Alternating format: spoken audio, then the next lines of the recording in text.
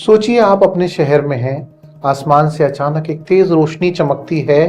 कुछ ही सेकंड में एक ऐसा धमाका होता है जिसकी आवाज कानों से ज्यादा दिल को हिला देती है।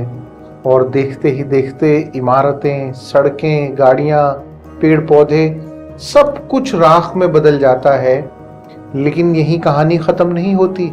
असली डर तो तब शुरू होता है जब इस धमाके के बाद सालों साल तक रहने वाला रेडिएशन इंसान, जानवर, मिट्टी, पानी सबको तबाह कर देता है। यही है न्यूक्लियर बॉम्ब का असली चेहरा।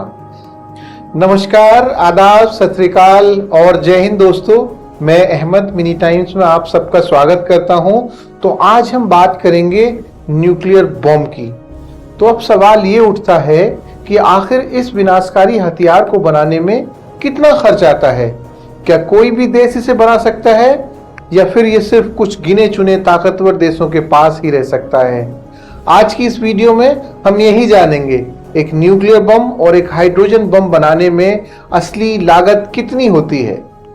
तो चलिए शुरू करते हैं। और हाँ, वीडियो को आखिर तक जरूर देखिएगा क्योंकि अंत में हम आपसे एक बहुत बड़ा सवाल पूछने वाले हैं।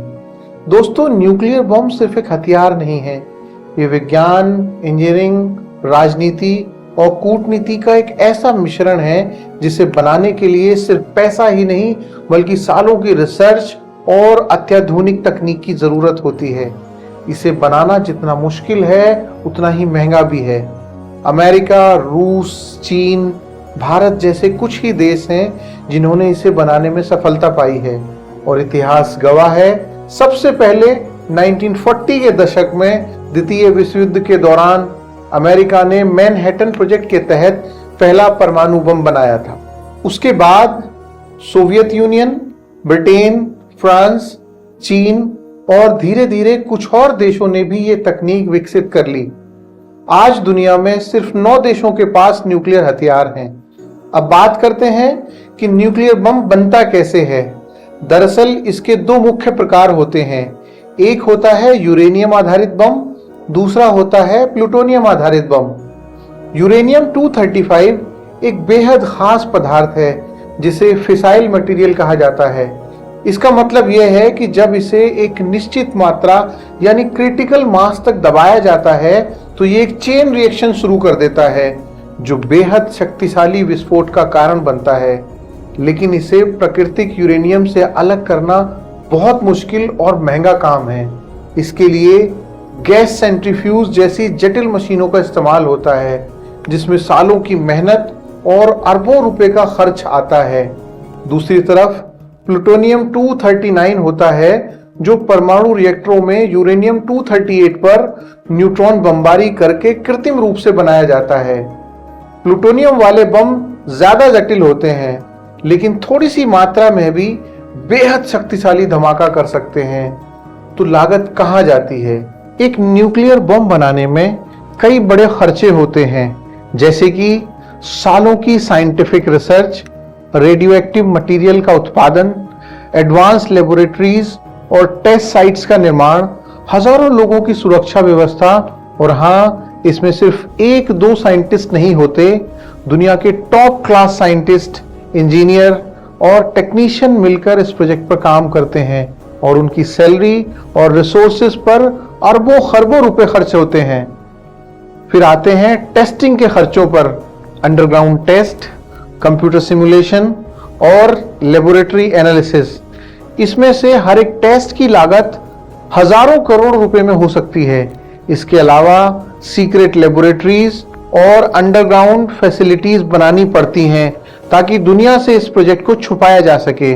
और हथियारों को सुरक्षित रखने के लिए हजारों सैनिक और स्पेशल सिक्योरिटी एजेंसीज तैनात की जाती हैं। अब आते हैं सबसे दिलचस्प हिस्से पर, असल खर्चा कितना आता है। साल 1945 में अमेरिका ने जब मैनहट्टन प्रोजेक्ट के तहत पहला परमाणु बम बनाया तो उस समय इसकी लागत लगभग $2 बिलियन आई थी। अगर इसे आज के समय के हिसाब से देखें तो ये करीब $40 बिलियन यानी 3 लाख करोड़ रुपए से भी ज्यादा है। अगर हम भारत की बात करें तो हमारा पहला परमाणु परीक्षण स्माइलिंग बुद्धा 1974 में हुआ था, जिसकी लागत करीब 50 करोड़ रुपए थी। लेकिन आज के समय में एक साधारण न्यूक्लियर बम बनाने का खर्च 3000 से 5000 करोड़ रुपए के बीच हो सकता है।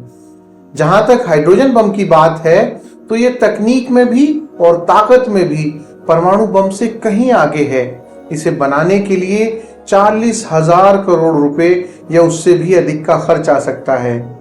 आज के समय में सिर्फ 9 देशों के पास न्यूक्लियर हथियार है। America, Russia, China, France, Britain, Bharat, Pakistan, Israel और उत्तर कोरिया।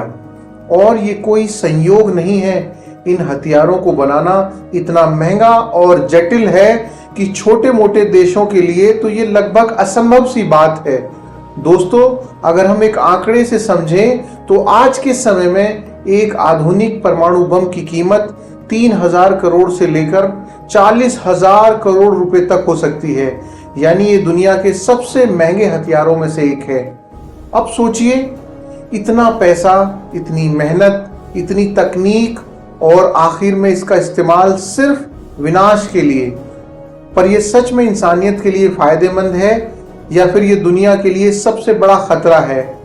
तो मैं आप सबसे यही पूछना चाहता हूं कि क्या आपको लगता है कि न्यूक्लियर हथियारों की होड़ आने वाले समय में दुनिया के लिए सबसे बड़ा खतरा बन सकती है? अपनी राय कमेंट्स बॉक्स में लिखकर बताएं। अगर आपको ये जानकारी रोचक लगी तो वीडियो को लाइक, शेयर और चैनल को सब्सक्राइब करना ना भूलें। मिलते हैं अगले वीडियो में, तब तक के लिए जय हिंद, जय भारत।